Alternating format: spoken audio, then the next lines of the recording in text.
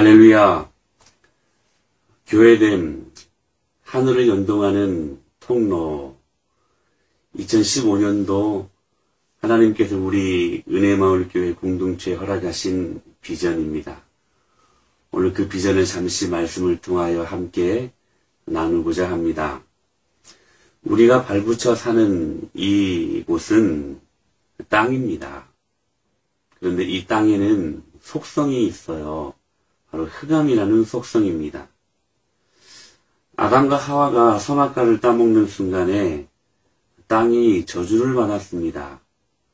창세기 17장 18절에 이렇게 말씀하시지요. 아담에게 이르시되 내가 내 아내의 말을 듣고 내가 내게 먹지 말라 한 나무의 열매를 먹었은즉 땅은 너로 말미암아 저주를 받고 땅이 내게 가시덤불과 엉겅퀴를 낼 것이라 라고 말씀하십니다.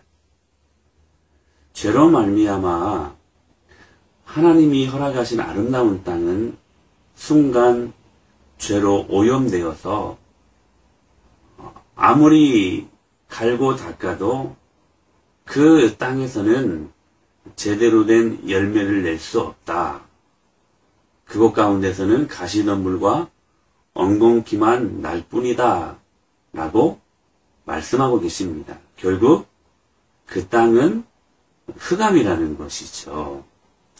가인이 아벨을 죽이는 순간 창세기 4장 11절로 12절에 이렇게 말씀하고 계세요. 땅이 그 입을 벌려 내 손에서부터 내 아우의 피를 받았은즉 내가 땅에서 저주를 받으리니 내가 밭을 갈아도 땅이 다시는 그 효력을 내게 주지 아니할 것이요 너는 땅에서 피함이 유리하는 자가 되리라 라고 말씀하십니다. 땅의 속성이 죄로 말미암아 흑암이 되었기 때문에 밭을 갈아도 그 효력, 즉 열매를 낼 수 없다. 결국 너는 그 땅에서 피하며 요리하는 자가 될 것이다 라고 그 땅의 속성이 흑암인 것을 말씀하고 있습니다. 믿음의 조상이라고 불리우는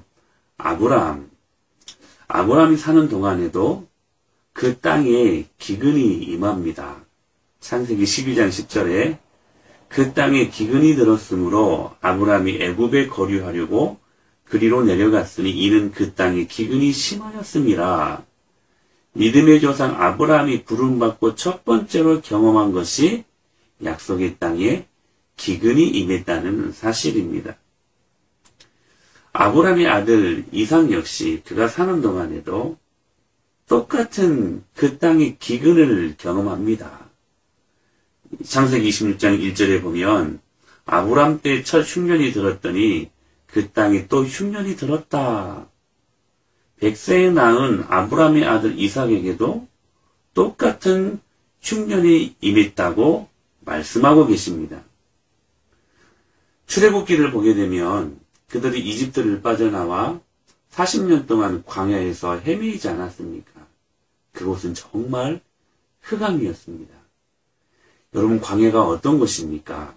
어디로 가야 될지, 어디까지 왔는지, 어떻게 가야 될지, 낮에는 장렬하는 태양빛 때문에 싸워야 되고 저녁에는 극도로 추워지는 영하의 날씨 때문에 싸워야 하는 곧 이 땅, 이 세상은 그 속성이 결국 흑암이라는 것입니다. 그렇다면 여러분, 구체적으로 이 흑암은 어떤 것일까요?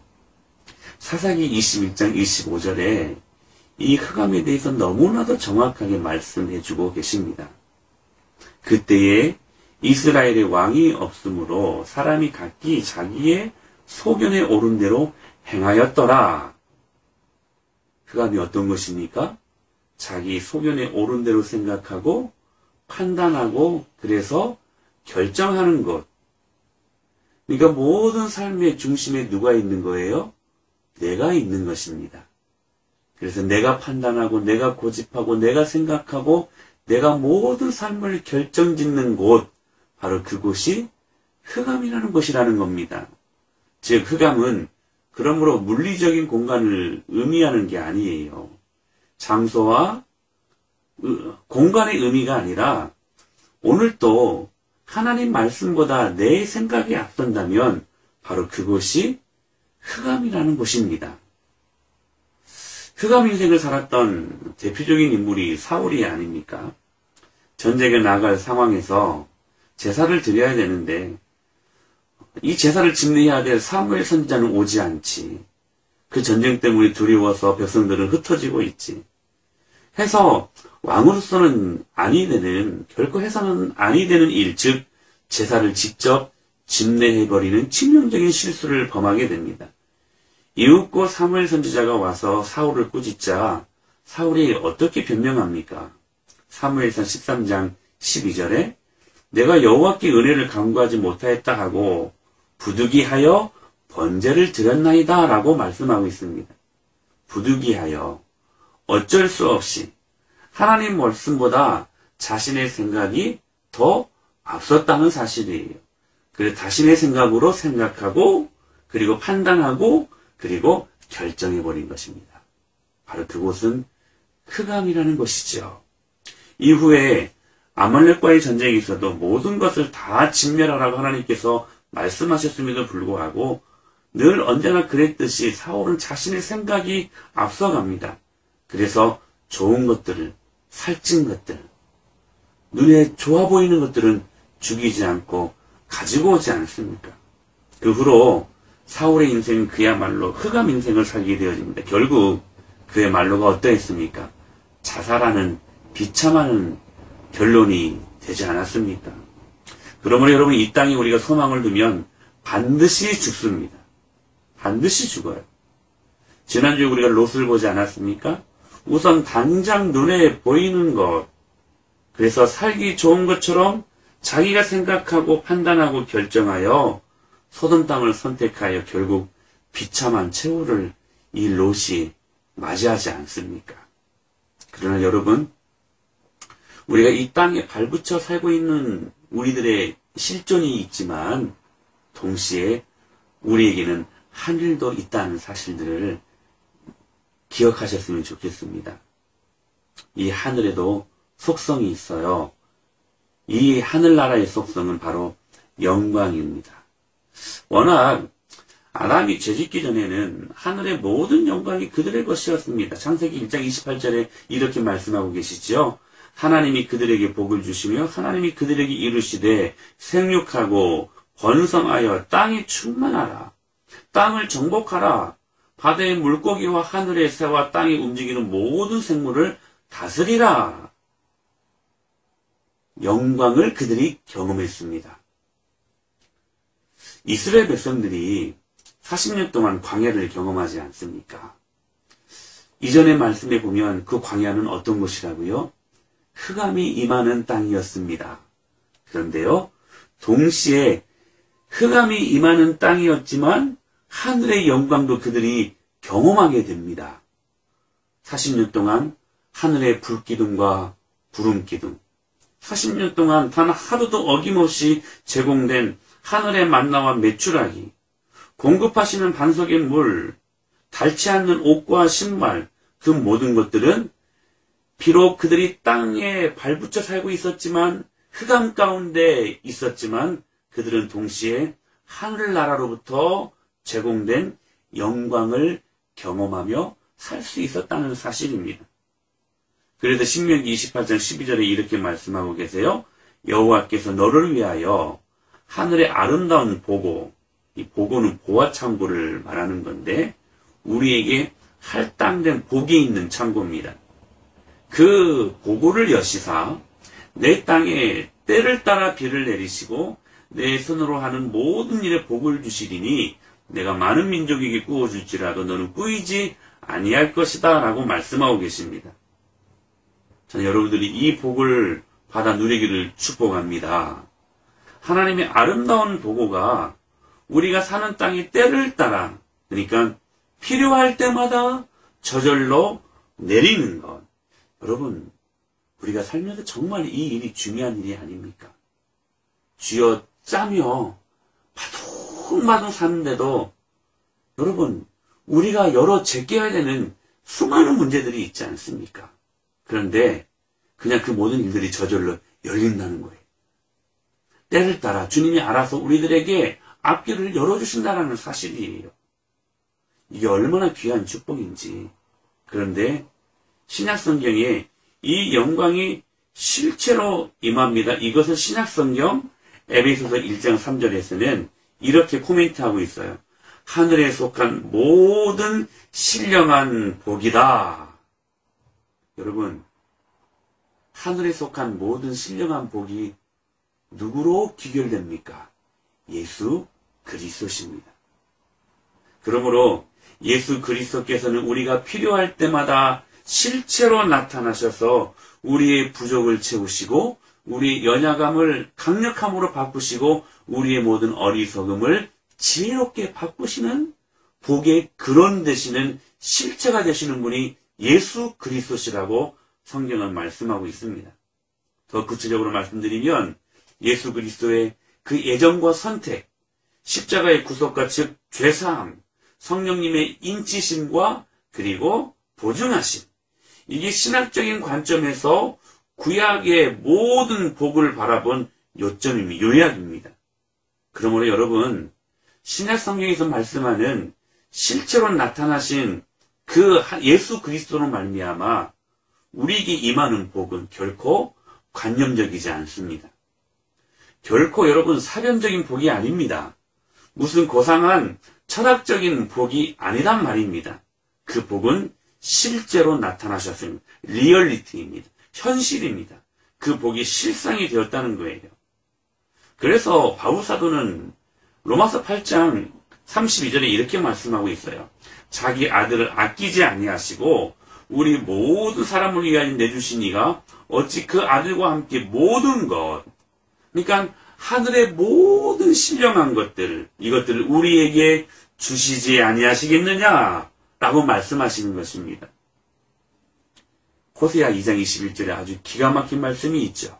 여호와께서 이르시되 그날에 내가 응답하리라. 나는 하늘에 응답하고 하늘은 땅에 응답하고 땅은 곡식과 포도주와 기름에 응답하고 또 이것들은 이스라엘에 응답하리라 라고 말씀하십니다. 여기 정말 중요한 단어가 있는데 나는 이라는 말입니다. 누구를 말씀하시는 걸까요? 하나님. 하나님은 하늘의 복을 응답하시는 분이시라는 거예요. 하나님은 땅에도 응답하시는 하나님이시라는 것입니다. 땅에 있는 곡식과 포도주와 기름에 하나님의 복을 응답하시는 분이시라는 거예요. 할렐루야. 우리 모두가 소망 없는 이 땅에 살고 있지 않습니까? 그러나 이 땅에 산다고 다 소망 없는 인생을 사는 것은 아닙니다. 하늘을 사는 인생도 있어요. 아니요, 더 많이 있습니다. 즉 하나님의 영광을 경험하는 인생들이라는 거예요. 흑암을 살았던 가인, 그러나 동시대에 살았던 아벨은 하나님의 영광을 경험하며 살았습니다. 흑암을 살았던 라멕, 그러나 에녹은 하나님과 300년을 동행하며 하나님의 영광을 경험하며 살았습니다. 이삭이 창세기 26장 12절에 보면 이삭이 그 땅에서 농사하였는데 그 해에 100배나 얻었고 여호와께서 복을 주심으로 그 사람이 창대하고 왕성하여 마침내 거부되었다는 말씀이 있습니다. 그 땅이 어떤 땅이었는가? 창세기 26장 1절에 보게 되면 정확히 나와 있어요. 아브람 때에 첫 흉년이 들었더니 그 땅에 또 흉년이 들매. 기근의 때에 이삭은 다 망하는 시기에 하늘이 열려있는 영광의 삶을 살았다는 사실입니다. 기름진 땅, 흉년의 땅이 아닌 풍년의 땅에서 농사를 지었는데 100배의 축복을, 그래서 이름이 창대하고 왕성하여 마침내 거부되는 축복을 받은 게 아니라 땅이 쩍쩍쩍 갈라지는 흉년의 땅에, 기근의 땅에, 그 땅에서 농사를 지었는데 이삭은 100배의 축복을 경험하는 하늘이 열려있는 하나님의 영광을 체험한 사람이 되었다는 사실입니다. 애굽으로 이주하여 살았던 야곱의 식구들이 있지 않습니까? 10가지 재앙이 그 땅 가운데 임할 때, 그러나 야곱 식구들이 살고 있었던 이집트 그 지역 안에 있는 고센이라는 땅은 이 재앙이 닥치지 않았습니다. 그 고생이라는 땅이 애굽 밖에 있지 않았습니다. 애굽 안에 있었습니다. 출애굽기 8장 22절이 이것을 정확히 증거하고 있어요. 그 날에 나는 내 백성이 거주하는 고센 땅을 구별하여 그곳에는 파리가 없게 하리니 이로 말미암아 이 땅에서 내가 여호와인 줄을 내가 알게 될 것이라. 철저히 하나님의 영광을 경험했던 그들의 모습을 말씀하고 있는 거예요. 여러분 기억하십시오. 이 흑암의 속성이 임하는 이 땅 가운데서도 우리는 하나님의 영광이 빛이 임하는 하늘을 연동하는 사람들임을 믿으시길 바랍니다. 그 점에 대해 바울은 예수님이 이 흑암의 땅 가운데 실상으로 오신 점을 오늘 본문이 강조하고 있죠. 에베소서 1장 20절에 이렇게 말씀하고 계세요. 그의 능력이 그리스도 안에서 역사하사 죽은 자들 가운데서 다시 살리시고 하늘에서 자기의 오른편에 앉히셨다라고 말씀하십니다. 그리고 이 말씀을 에베소서 2장 6절에서는 실상 되신 예수님에 대한 우리의 경험을 선포합니다. 이렇게 말씀하세요. 또 함께 일으키사 그리스도 예수 안에서 함께 하늘에 앉히셨다라고 말씀하십니다. 본문을 자세히 보시면 함께라는 단어와 더불어 등장하는 모든 동사가 다 과거 시제입니다. 일으키사, 앉히시다. 이것은 아직 우리에게 일어나지 않는 일들이잖아요. 앞으로 예수님이 재림하셔서 완성될 일, 그때 완전히 살고 그때 하늘로 끌려 올라가 하늘에서 살고 하늘에 앉은 것은 앞으로 일어날 미래의 일이 아닙니까? 그런데 왜 바울이 이 미래에 일어날 일을 왜 과거 시제로 기록하고 있을까요? 여러분 기억하십시오. 그리스도인은 미래의 일을 이미 이루어진 과거로 믿고 현재를 사는 사람들이라는 것입니다. 할렐루야. 그래서 지금 내가 너무 힘들어도 앞으로 천국에서 살 거니까 이를 꽉 물고 참고 살자. 이런 의미가 아니라 이미 우리는 하늘로 올려간 자요. 이미 우리는 하늘에 앉은 사람이 되었다는 것입니다. 완성될 미래를 과거에 일어난 일로 믿고 현재를 사는 성도, 즉 그리스도인은 이 땅에서 살지만, 즉 흑암 가운데 있지만 그러나 이 흑암 속에 갇혀 있지 아니하고 하늘 영광을 연동하는 삶을 사는 존재들이라는 것입니다. 그렇다면 이 흑암인 이 땅에서 하늘 자원을 공급받게 하는 통로가 무엇일까요? 여러분 예상하셨지요? 교회입니다. 하늘의 신령한 축복을 이 땅에 연동하는 통로가 무엇인가? 교회입니다. 하루는 야곱이 삼촌 라반의 집에서 형 에서를 피해 도망가고 있었습니다. 그런데 지명도 알지 못하는 한 곳에 도착하게 되었고 그곳에서 스르르 잠이 듭니다. 그런데 꿈이었지만 현실에 준한 환상을 보지요. 사닥다리가 땅 위에 서 있는데 그 꼭대기가 하늘에 닿았고 본즉 하나님의 사자들이 그 위에서 오르락 내리락 하는 것입니다. 이에 꿈을 깨고 나서 야곱이 고백하기를 이것은 다름 아닌 하나님의 집이요 이는 하늘의 문이로라 라고 그렇게 고백하고 있습니다. 여러분 이 사닥다리가 무엇일까요? 신약성경 요한복음 1장 52절에서 정확히 코멘트하고 있습니다. 또 이르시되 진실로 진실로 너희에게 이르노니 하늘이 열리고 하나님의 사자들이 인자 위에 오르락 내리락 하는 것을 보리라 하시니라. 여기서 인자가 거기에 있다고 말씀하신 인자가 누구십니까? 예수 그리스도십니다. 예수 그리스도께서 결국 하늘과 땅을 연동하는 사닥다리가 되셨다는 거예요. 여러분 예수님이 뭡니까? 교회입니다. 이 땅과 그러므로 하늘을 연동하는 유일한 통로가 있는데 예수 그리스도시요 바로 그분이 세우신 교회라는 사실입니다. 야곱이 이 사닥다리 환상을 보고 나중에 그곳 지명을 베델이라 지었고 그 베델에 하나님의 교회가 세워지지 않았습니까? 즉 교회가 하늘을 연동하는 사닥다리 유일한 통로라는 사실입니다. 그래서 오늘 본문 에베소서 1장 22절로 23절은 이렇게 귀한 말씀을 선포하고 계십니다. 또 만물을, 이것은 이 땅의 모든 것들을 의미하는 것이지요. 그의 발 아래에 복종하게 하시고 그를 만물 위에 교회의 머리로 삼으셨느니라. 교회는 그의 몸이니 만물 안에서 만물을 충만하게 하신 이의 충만이니라. 이 말씀을 메시지 성경이라는 성경으로 보니까 너무나도 정확하게 이 말씀이 번역이 되었어요. 이 모든 일을 담당하고 계신 분, 모든 일의 최종 결정권을 가지고 계신 분은 예수 그리스도이십니다. 이 모든 것의 중심에서 그리스도께서 교회를 다스리고 계십니다. 여러분도 알다시피 교회는 세상의 변두리가 아니라 세상의 중심지입니다. 교회는 그리스도의 몸입니다. 그분은 교회 안에서만 말씀하시고 교회 안에서만 활동하시고 교회를 통해서만 만물을 자신의 임재로 가득 채우십니다. 할렐루야. 18절에 이렇게 말씀하고 계세요. 부르심의 소망과 영광의 풍성.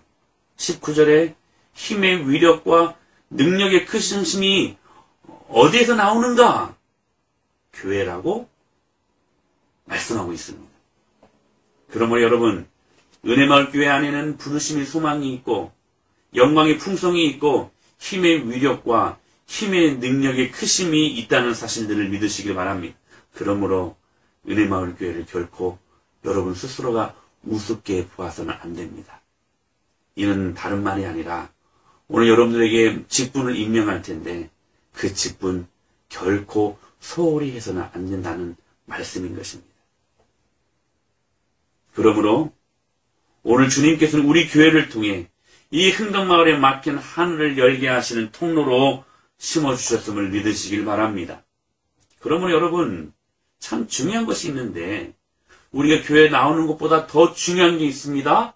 내가 교회가 되는 것입니다. 내가 은혜마을 교회가 되는 것입니다. 어떤 집사님이 저에게 자녀들 때문에 너무나 힘들다고 상담을 청해 왔습니다. 이제 중학교 2학년 아이가 이 니코틴, 그러니까 흡연 중독에 걸려가지고 금연학교를 다닌답니다. 그러니까 말 다 했죠. 얼마나 많이 힘들겠습니까? 학교에 적응을 못하는, 그래서 대안학교를 알아보고 있는데 혹시 목사님이 아는 대안학교가 어디 있는가 그렇게 이제 물어온 거예요. 제가 그때 그 집사님이 이렇게 말씀드렸습니다. 물론 대안학교도 정답일 수 있지만 결코 해답일 수는 없습니다. 정말 자녀들이 바른 길로, 옳은 길로 하나님 말씀대로 가기를 원한다면 그 자녀들이 대안학교가 필요한 것이 아니라 그 자녀들이 교회 되는 것이 필요합니다라고 말씀드렸습니다. 사랑하는 여러분, 저는 여러분의 자녀들이 은혜마을교회 되면 자녀들의 양육은 그냥 그것으로 끝, 주님께서 주시는 하늘의 귀한 축복이 임할 줄로 믿습니다. 저는 여러분들 질문하고 싶어요. 여러분들은 과연 은혜마을교회가 되셨습니까? 그렇다면 여러분, 교회가 되는 것은 무엇을 의미하는 것일까요? 교회에 나오는 빈도수를, 그래서 예배마다, 그리고 시도 때도 없이 계속 교회에 나오는 것, 물론 방법일 수 있습니다. 그러나 정답은 아니에요. 계속해서 직장에서 일해야 되는데 일은 하지 않으면 교회를 생각하는 것, 이것이 여러분 교회되는 것일까요? 성경에서 말씀하는 교회됨은 다름 아닌 순종하는 것에 있습니다. 왜냐하면 예수님께서 빌립보서 2장 5절 이하의 말씀처럼 예수님의 순종과 복종과 그 겸손이 교회를 세우셨기 때문입니다. 그러므로 여러분, 2015년도 특별히 자신의 바운더리를 깨고 자신의 여기까지입니다 하는 그 경계선을 깨고 자신의 생각과 판단과 결정으로 이루어지는 지식적인 신앙을 제거하고 주님 뜻에 순복하는 것, 이것이 교회됨입니다. 이것만 되면 여러분들은 은혜마을교회 되는 거예요. 이것만 되면 만물 위에 주께서 교회를 세우셨기에 그 교회를 통하여 모든 만물을 지배하시며 통치하시며 다스리시는 하나님의 놀라운 능력을 교회됨을 통하여 여러분들이 누릴 수 있다는 것입니다. 사랑하는 여러분, 우리 모두에게는 두 나무가 주어졌습니다. 하나는 생명나무요, 또 하나는 선악과 나무입니다. 선악과는 내가 주인이 되어 옳고 그름을 판단함, 즉 자기 속에는 옳은 대로 하게 하는 모든 만물의 중심이 내 중심으로 돌아가야 한다는 삶을 의미하는 것입니다. 그곳에는 무엇만 있을 뿐입니까? 흑암만 있을 뿐입니다. 그러나 여러분, 우리에게 생명나무도 있습니다. 그 생명나무는 예수 그리스도의 생명을 의미합니다. 즉